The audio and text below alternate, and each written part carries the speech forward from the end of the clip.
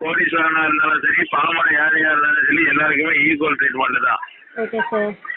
சரிங்களா? இப்ப ஏமலதா பேர்ல கேஸ் ஆல்ரெடி போட்டாச்சு.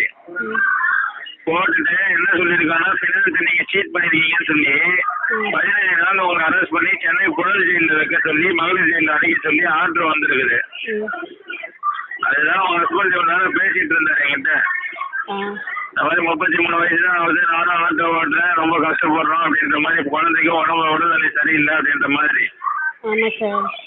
சரிங்களா? சரி, அதுதான் நான் என்ன பண்ணேன், கட்ட வேண்டிய மொத்த தொகை வந்து 73,285 ரூபாய் இருக்குது. பெனால்டி, செக் பவுன்ஸ் எல்லாம் சேர்த்து. நான் என்ன சொன்னேன், நீ அதெல்லாம் கட்ட தேவையில்ல, நீ இவ்வளவு கஷ்டப்படுறேன்னு சொல்றீங்க. கட்ட வேண்டிய அசல் தொகை மட்டுமே 16,205 ரூபாய் இருக்குது. அந்த 16,205 ரூபாய இன்னைக்கு 12 மணிக்கு முன்னாடி, அதாவது எஃப்ஐஆர் போடுறதுக்கு முன்னாடி, போலீஸ் ஸ்டேஷன்ல அரெஸ்ட் வாரண்ட் கொடுக்கறதுக்கு முன்னாடி 12 மணிக்கு தான் அரெஸ்ட் வாரண்ட் கொடுக்க போறான். அந்த 12 மணிக்கு கொடுக்கறதுக்கு முன்னாடி இந்த 16,205 ரூபாவை கட்டி கிளியர் பண்ணிட்டா மேற்கொண்டு நடவடிக்கை எதுவும் எடுக்காத மாதிரி கேஸை வாபஸ் வாங்கி கொடுத்துருன்னு சொல்லிட்டேன். உங்க ஹஸ்பண்ட் சொல்லிட்டு போனாரு, அரேஞ்ச் பண்ணிட்டு வரேன்ட்டு. மறுபடியும் நீங்க தான் லைன்ல வந்துருக்கீங்க, பாக்கலாம் சார் நான் என்ன இதுன்னு சொல்லிட்டு போனாரு.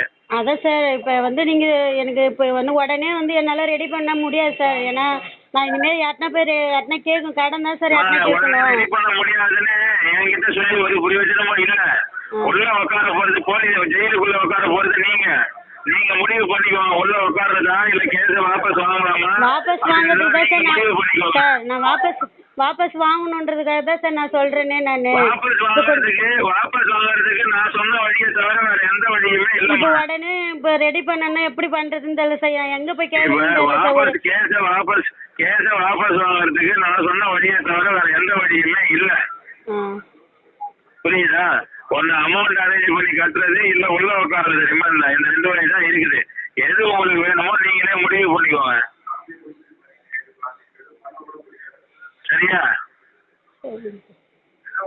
ஓகேம்மா, வச்சுட்டுமா?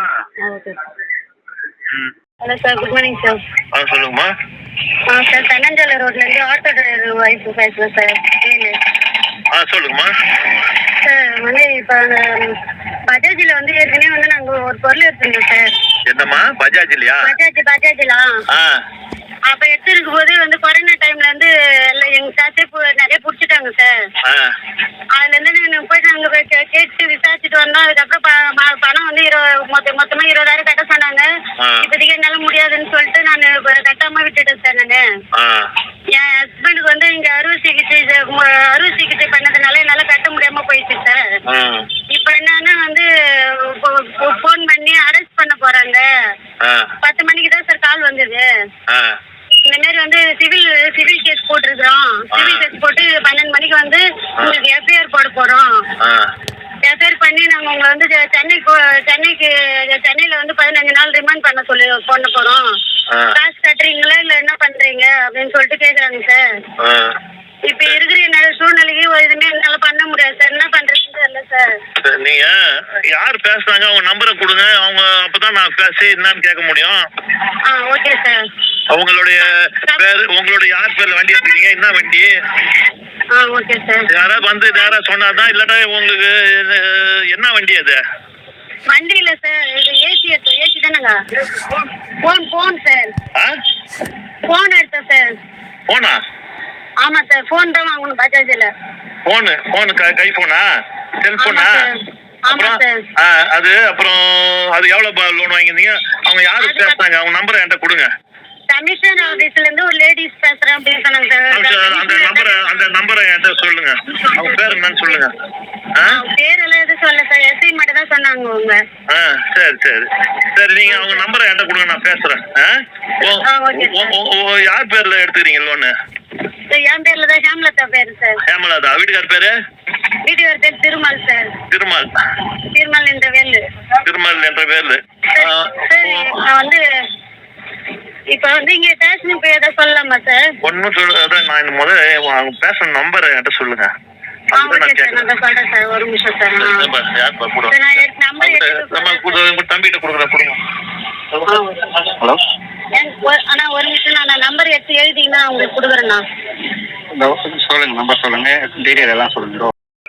ஹலோ ஹலோ சொல்லுங்க. ஹலோ ஹலோ சொல்லுங்க. மேடம் நாங்கள் பாண்டிச்சேரியிலேருந்து பேசுகிறோம். சொல்லுங்க. இது பஜாஜ் ஆஃபீஸுங்களா மேடம்? பஜாஜ் ஆஃபீஸுங்களா? இல்லை இது யார் நீங்க? இல்லை கமிஷனர் ஆஃபீஸா மேடம்? கமிஷனர் ஆஃபீஸ் வந்து எஸ்ஐ தமிழ் சொல்லி பேசுங்க. நீங்க யாரு? மேடம் நாங்கள் பாண்டிச்சேரியிலேருந்து நேரு எம்எல்ஏ சார் ஆஃபீஸ்லேருந்து பேசுகிறோம். புரியலங்க. பாண்டிச்சேரியிலேருந்து நேரு எம்எல்ஏ சார் ஆஃபீஸ்லேருந்து பேசுகிறோம் மேடம். எம்எல்ஏ ஆஃபீஸ்ல இருந்து பேசுறீங்க. சொல்லுங்க. எம்எல்ஏ சார் பேசினாரு, இதை கொடுக்குறேன் மேடம். புரியலங்க. ஹலோ சொல்லுங்கப்பா, கேக்குது. ஆமாம், நான் நேரு எம்எல்ஏ பேசுகிறேன். ஒன்றும் இல்லை, ஹேமலாதான்னு சொல்லிட்டு அவங்க வந்து ஃப்ரம் பாண்டிச்சேரிங்களா? சொல்லுங்க. ஆமாம் ஆமாம், அவங்க வந்து ஒரு ஃபோனு லோனில் எடுத்துக்கிறாங்க போல, இது பஜாஜ் ஃபைனான்ஸில். அது ஏதோ அவங்களுக்கு ஒரு மணி நேரத்தில் 2 மணி நேரத்தில் பணம் கட்டலைனாக்கா அவங்க மேலே கேஸ் போட்டு உள்ள தள்ளுவோம் அப்படின்னு சொல்லிட்டு. அவங்கள பாத்தீங்கன்னா பணம் கட்ட சொல்லி லைனுக்கு வரல, சரிங்களா? எனக்கு வந்திருக்கிறது அரெஸ்ட் வாரண்ட் மட்டும் தான் வந்துச்சு. ஏன்னா ப்ராப்பரா ரெஸ்பான்ஸ் ஆகாத கேஸ்ன்றதால தான் சிவில் கேஸா வந்திருக்கு. அது இப்போ வந்து இது கோர்ட் மூலியமா வந்துக்குதுங்களா? ஆமாங்க, கோர்ட்ல இருந்து ஆல்ரெடி சம்பந்தப்பட்ட வீட்டு அட்ரஸ்க்கு சம்மன் இஷ்யூ பண்ணிருக்காங்க. கன்சர்ன் பர்சன் ஆகிய ஹேமலதா என்றவங்க பாத்தீங்கன்னா அது ப்ராப்பரா ரெஸ்பான்ஸ் ஆகாம ரிட்டர்ன் அது வாங்காம ரிட்டர்ன் பேக் ஆயிருக்கு. ஓ இல்ல அவங்க கேஸ்ன்றதால சிவில் கேஸா ஃபைல் பண்ண சொல்லி கொடுத்திருக்காங்க. சரி ஒன்றும் இல்லை மேடம். இப்போ நீங்கள் ஒன்றும் இல்லை, நீங்கள் உங்க நடவடிக்கை கரெக்டு தான். அவங்க வந்து வாடகை வீட்டில் இருக்கிறதுனால மாறி இப்போ வந்து வேற இடத்துல இருக்கிறாங்க. அவங்க டவுனில் இங்கே வாடகைலாம் கொடுக்க முடியாது, அந்த அளவுக்கு வசதியானதும் கிடையாது. இப்போ அவங்க நான் ஒரு டைம் கேட்குறாங்க, அந்த டைம் கொடுத்தா அவங்க வந்து ஒரு வாரத்தில் கட்டிடுறாங்க. வந்திருக்கிறது பார்த்தீங்கன்னா சிவில் கேஸ்ன்றதால ஆல்ரெடி ஒரு லேடி பேர்ல வந்திருக்கேன்னா நான் 12 மணி வரைக்கும் டைமிங் கொடுத்தேன். யாருன்னா ஜென்ஸ் பேர்ல வந்துச்சுன்னா நான் அதோட அந்த கேஸ் அப்பயே முடிச்சிருப்பேன், சரிங்களா? சரி, ஒரு லேடியா இருக்காங்களே கோர்ட்டு கேஸ் எது கலையணும் தான் உங்களுக்கு டைமிங் ஃபார்மாலிட்டி நான் கொடுத்தேன். இந்த ரிட்டர்ன் ஃபேக்ட்னு சொல்லுவாங்க பாத்தீங்களா, அந்த கேஸ் ரிட்டர்ன் ஃபேக்ட் ரிட்டர்ன் வந்தாதான் கேஸையே வித்ட்ரா பண்ண முடியும். அது எனக்கு வராத வரைக்கும் அந்த கேஸ் எஃப்ஐஆர் தான் ஃபைல் பண்ணுவாங்க. நான் அதுவும் அவங்களுக்கு டீடெயிலா தகவலும் கொடுத்துட்டேன் நான் உங்களுக்கு. இதுக்கு மேல நான் என்ன அவங்க இல்லப்பா, அதான் ஒரு வாரம் டைம் கேக்குறாங்க, பணத்தை ஃபுல்லா கட்டிடுறாங்க. சிவில் கேஸ்ன்றதால பெண்டிங்லாம் வைக்க முடியாதுங்க. அவங்கள பணத்தையே கட்ட வேணாம்னு சொல்லுங்க. நான் கேஸ் எஃப்ஐஆர் மட்டும் ஃபைல் பண்ணி அனுப்புறேன். அவங்கள லீகலாவே பாத்துக்க சொல்லுங்க, சரிங்களா? சரி, அப்படின்னாக்கா அவங்க சரிப்பா, அவங்கள அரெஸ்ட் ஏதாவது பண்றோம் போறேன்னாங்களாம்மா? யாரு? ஆமாங்க, அரெஸ்ட் வாரண்ட் தாங்க வந்திருக்கு. ஏன்னா சிவில் கேஸ்ன்றதால ஃபினான்ஷியல் சீட்டிங் கேஸ்ல பண்ண சொல்லிருக்காங்க. ஆர்பிஐ கலந்து படி என்ன செக்ஷன் 138 கீழ அவங்கள சிவில்ல டிஃபால்ட்டா மென்ஷன் பண்ணப்பட்டிருக்காங்க. கொஞ்சம் டைம் கொடுங்களப்பா. அது என்னப்பா அவங்களாம் இல்லங்க, இதுல டைமிங் அதாரிட்டி இல்லங்க. ஏன்னா civil case central government involve ஆயிருக்கு. சரி பாத்தீங்கன்னா நார்மல் டிஸ்ட்ரிக்ட் கோர்ட்ல இருந்து வந்துச்சுன்னா நான் டைமிங் அதாரிட்டி கொடுத்துருப்பேன். 1 வீக்ன்றது 1 மாசம் வரைக்கும் கூட நான் கொடுத்துருப்பேன். ஏன்னா இது பாத்தீங்கன்னா சென்னை ஹைகோர்ட்ல கேஸ் மூவ் பண்ணிருக்காங்க. ஸோ இதுல டைமிங் அத்தாரிட்டி எனக்கு மேல பாத்தீங்கன்னா இது 3 பேர் இந்த கேஸ் ஹேண்டில் பண்ணிட்டு இருக்காங்க. நான் உங்களுக்கு பதில் சொல்றேன் இல்லையா, கேஸ் என்ன பண்றீங்க, முடிக்கிறீங்களா இல்லையான்னு சொல்லி. ஸோ எனக்கு இந்த டைமிங் கொடுத்தது பாத்தீங்கன்னா 12 மணி தான். அந்த 12 மணி இப்போ 12:05 ஆயிடுச்சு. இதுக்கு மேல என்னால ஒன்றும் பண்ண முடியாதுங்க. சரிங்கம்மா, சரி, நான் ஏதாவது சரிண்ணா அவங்கள வச்சு நான் பேசுறேன். தேங்க்யூ. சரிங்க, தேங்க்யூ. ஹலோ வணக்கம் சார், பஜாஜ் மேனேஜர் சார். ஆமாம் சொல்லுங்கள். நேரு எம்எல்ஏ சார் பேசணுன்னாங்க, அதை சார்ட்ட கொடுக்குறது. சார் நேரு எம்எல்ஏ சார் பேசணுன்னாங்க சார், பாண்டிச்சேரி நேரு எம்எல்ஏ. கொடுங்க சார். சார் வணக்கம். சார் வணக்கம், சொல்லுங்கள் சார். அந்த ஹேமலாதான்னு சொல்லிட்டு ஒரு பாப்பா, அவங்க வந்து என்கிட்ட ஒரு பஜாஜ் கம்பெனியில் 14,000 ரூபா பணம் கட்டணும், என்னை மெட்டுறாங்க, இது கமிஷனர் ஆஃபீஸ்லேருந்து ஃபோன் பண்ணாங்கன்னு சொல்லிட்டு சொன்னாங்க. ஹேமலதாவா? ஹேமலதா தானே அவங்க பேர்? ஹேமலதா, அது பாண்டிச்சேரி தான். நம்ம உங்ககிட்ட ஃபைனான்ஸு செல்ஃபோனுக்கோசம் ஃபைனான்ஸ் வாங்கிக்கிறாப்புல இது. அவங்க கொரோனா நேரத்தில் வாங்கி திருப்பி கொஞ்சம் கட்டி இது பண்ணிக்கிறாங்க. ஒரு டைம் கேட்டுக்கிறாங்க போல இது அவங்க. அது ரெண்டாவது இப்போ கமிஷனர் ஆஃபீஸ்லேருந்து பேசுகிறேன்னு சொல்லிட்டு ஒரு லேடி பேசி உங்களை சீட்டிங் கேஸ் போட்டு கோர்ட்லேருந்து ஆர்டர் ஆகி வந்துக்குது. கட்டலைன்னா உங்களை கேஸில் என்ன வாங்கியிருந்தாங்க சார்? என்ன வாங்கியிருந்தாங்க? அவங்க வந்து இது செல்ஃபோனு உங்ககிட்ட இஎம்ஐல செல்ஃபோனுக்கு லோன் வாங்கியிருந்தாங்க போல இது. இது sales team sir, collection team தனியாக இருப்பாங்க, அவங்ககிட்ட தான் பேசி. இல்லை, இப்போ நான் வந்து என்னன்னாக்கா உங்களுடைய ரவுடித்தனத்தை அதிகமாக யூஸ் பண்ணுறாங்கன்றது என் தொகுதியில் ரொம்ப அதிக கம்ப்ளைண்ட் வருது. இல்ல பஜாஜ் சார், ஃபைனான்ஸ்ல இருந்து. ஷோரூம் சார், இது நீங்க அந்த ஆபீஸ்ல தான் பேசணும். ஆஃபீஸ் ஷோரூமா இது? ஷோரூம் செட்டி ஸ்ட்ரீட்டா? மொபைல் சேல்ஸ் பண்றவங்க, இது கலெக்ஷன் வேற தனித்தனியா இருப்பாங்க சார். இல்லை சார், நான் என்னன்னா செட்டி ஸ்ட்ரீட்ல ஃபைனான்ஸ் கம்பெனி இருக்குதுல உங்களுது பஜாஜ், செகண்ட் ஃப்ளோர் சார். அதுக்கு யாரு சார் அதுக்கு எல்லாத்துக்கும் தனித்தனியா ஆள் இருப்பாங்க. யார் சார்? யார் சொல்லுங்க, நீங்க சொல்லுங்க இல்ல சார், இதுக்கு எல்லாத்துக்குமே சார். தனித்தனியா நீங்க இருப்பாங்க. இப்போ எனக்கு நான் ஒரு எம்எல்ஏ பேசுறேன், ஒழுங்கான முறையில் ஒரு சீட்டிங் நடந்துக்குதுன்றத நான் பதிவு பண்ணுறேன். இதுக்கு எப்படி டீல் பண்ணுறது சொல்லுங்க. இல்லைடா எல்லாத்துக்கும் நீங்கள் பொறுப்பாயிடுவீங்க, உங்கள் பக்கத்தில் எல்லாம் திறந்து உங்ககிட்ட மறியல் பண்ணி பிரச்சனையை அதிகமாகிடாதீங்க. இது சேல்ஸ் சார், இதுக்கு அதுக்கு சேல்ஸ்னால உங்ககிட்ட வாங்கிக்கிறாங்க சார், உங்ககிட்ட வாங்கி இஎம்ஐல வாங்கிக்கிறாங்க. இப்போ கமிஷனர் ஆஃபீஸ்லேருந்து ஸ்பாம் காலில் மிரட்டி அவங்க வீட்டுக்காரங்க பெட்டில் சேர்த்துட்டு இப்போ அந்த பொண்ணு என்கிட்ட நிற்கிது, பணத்தையும் கட்டிட்டு ஆனால் அரெஸ்ட் பண்ணணும்னு சொல்லிட்டு உங்களை மிரட்டி என்கிட்டயே யாரோ அந்த அம்மா பேசுனேன், கமிஷனர் ஆஃபீஸ்லேருந்து பேசுகிறேன். சார் நான் புரியுது நீங்க எல்லாம் சொல்றது எல்லாமே புரியுது சார். இது நம்ம சேல்ஸ் டிபார்ட்மெண்ட், இது கலெக்ஷன் தனியா இருப்பாங்க சார். கலெக்ஷன் யாருங்க கலெக்ஷன் மேனேஜர் யாருங்க? எந்த நான் தமிழ தானே பேசுறேன். அது எந்த ஏஜென்சி தான்? பாண்டிச்சேரியில இருந்து தானே உங்க இப்போ பணம் கட்டினா இப்போ எங்க போய் கட்டுவாங்க அவங்க? பணம் கட்டிக்கிறாங்க இப்ப. இல்ல சார், 4 ஏஜென்சி இருப்பாங்க சார். நேர்ல போனா நேர்ல இப்ப பணம் கட்டு பாவிக்கிறாங்க 14,000 ரூபா. அங்க செட்டி தெருல தான் கட்டு போயிடறாங்க. இப்ப நாங்க அவங்கள இட்டுன்னு உங்ககிட்ட வரவா?